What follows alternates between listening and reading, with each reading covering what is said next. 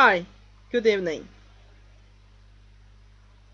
Today I want to discuss a topic about the Gorian lifestyle. Now, the Gorian lifestyle is an alternative way to live based on a series of science fiction books written by the author John Norman. The topic I want to discuss is roleplayers. Now, it might seem strange to some of you that I will be complaining about what some roleplayers do when this lifestyle is based on fiction. However, what you must understand is that there's a very big difference between taking concepts and philosophy found in a book and applying that to everyday life and pretending to live on another planet. Another example would be, for example, people who have watched the TV series Touched by an Angel and have been inspired by that to be better people, more generous, to live by some of the series' concepts, philosophies, and morality. That isn't role playing, that's taking inspiration from a fictional source, and that is what Gorians do, taking inspiration from this fictional source. However, we also have a few that are role players. And no, first let me say that's nothing wrong with role playing. I role play. If you look behind me here, you have rows of role playing books. And it's sort of also from the perspective of a role player that I have a problem with this topic. Now, I have been involved with the Gorian lifestyle for some time, and so here the other day I decided, why don't I roleplay a bit in this setting? It's an interesting book series. The fiction too have hold an interest to me, not just the philosophy, so I joined the chat room. Soon, however, it became very clear to me that the people in there were taking this way too seriously. Now, in any forum or meeting or anything where Gorians talk with one another, you will find people who say, "Yeah, I'm a red silk. I live in R and my master is a Tarn rider." Yeah.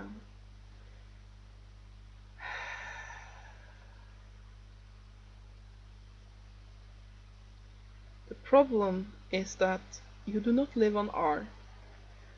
Your master is not a Tarn rider, nor are you a 150-year-old looking like a 19-year-old slave girl with exquisite beauty who dance in bars on alien planets. Yeah. The problem is that it is this disease among some Gorian roleplayers that it can't separate fact from fiction. They claim that the relationships their characters have with other characters are real. Now, I roleplay a lot. However, I do keep that line very clear. What's fact, what's fiction?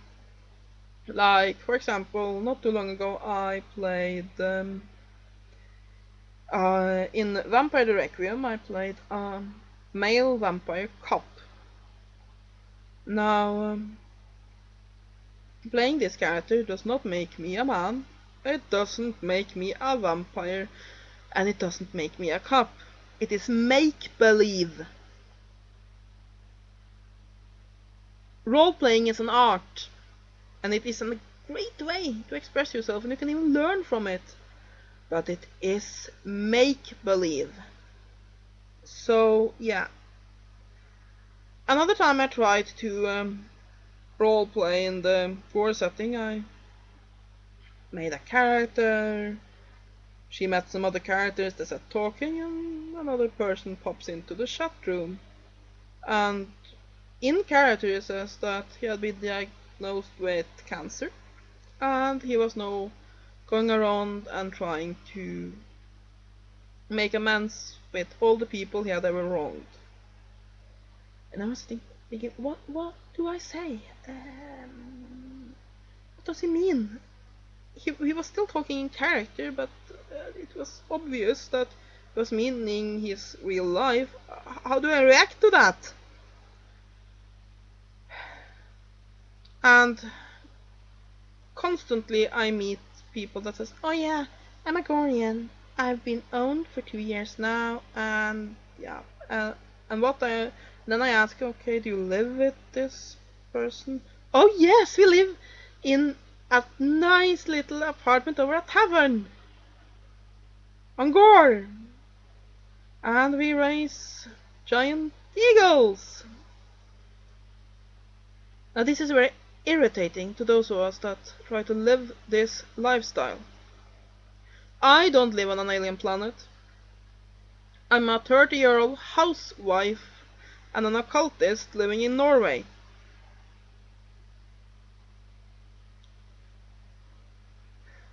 The problem with these kind of role players is that, first of all, they give Gorians a bad name. It is difficult enough to be taken seriously when your lifestyle is based on fiction, without having idiots running around and obviously not having a clue what the difference between fact and fiction is. And from a role player's perspective, this is also a problem because there's been so much criticism about role playing that it makes people forget what the facts are, what fiction is, that it's dangerous. Not long ago, there was a young man here in Norway who got killed. It was very tragic, and the media was all over it because this boy played role-playing games, and it just blew the debates on whatever role-playing games were satanic and dangerous and so on, just bloomed again.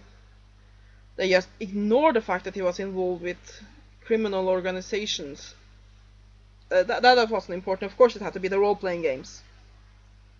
Therefore, I get very uneasy when people do it like this and don't separate fact and fiction. Now, yes, there's some say that, oh, but the feelings are real. But how can they be real when you're not presenting who you are? But you can have a real relationship over the internet. Yes, of course you can. When I'm visiting my mother and I talk with my fiance over the internet, I don't stop being his fiance, but I speak as me, as Anya. If I make up a character like that male vampire cop and talk with him as that character, that isn't real. And of course, role-playing, like any fiction, can stir up emotions. But it isn't real unless you are talking with a person as yourself. It isn't real, it's make-believe. Now, some say that, yeah, but you can learn from playing Gorian roleplay, and yes, I agree. You can learn a lot about the Gorian philosophy from role-playing. However, you don't have to lose track on what's real and what's not to do that. So, yeah. But before I stop my little ranting here, let me take an example of why this sort of behavior is a problem. So let's say we have a woman named Lisa. Now Lisa just read the Gore books and become very fascinated, so she decides to join a roleplay. So she makes a slave girl named Talia. Talia lives in Port Car, and she is owned by the great warrior Kurda. Yeah. Anyway, Talia and Kurda have a relationship, they fall in love, and after a while Lisa, who now tells everyone that she's Gorian, and she sort of loses track on that relationship, whatever it's real or not, she decides she wants to talk with Kurda's player. Then she figures out that Kurda is played by a 17-year-old woman. Now Lisa goes into a rage that this other player has deceived her, and her feelings are hurt. There's a lot of drama around it, and at the same time that 17-year-old girl sits and is completely confused and thinks, what the fuck? I roleplay a character. So, and if you think this sort of situation is unrealistic, just listen to this. I talked with another free woman a while ago, and she was into this role-playing thing, and I tried to explain my point of view to her, and I said that, like, what if I play a male character? How is that real? She said, I wouldn't submit to you if you pretended to be a man. She wouldn't submit to me if I pretended to be a man. I would be role-playing, it would be make-believe, I wouldn't be pretending to be a man!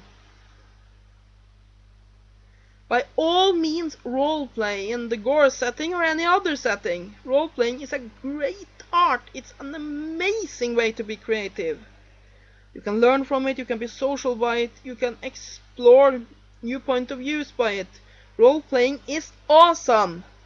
But no matter what setting you play in, keep track of reality. If your character has a relationship with another character, it doesn't mean that you are together with that character's player. There's reality and then there's fiction. Don't mix them up. If your entire experience with Gore is playing it on Second Life, then you are not a Gorian.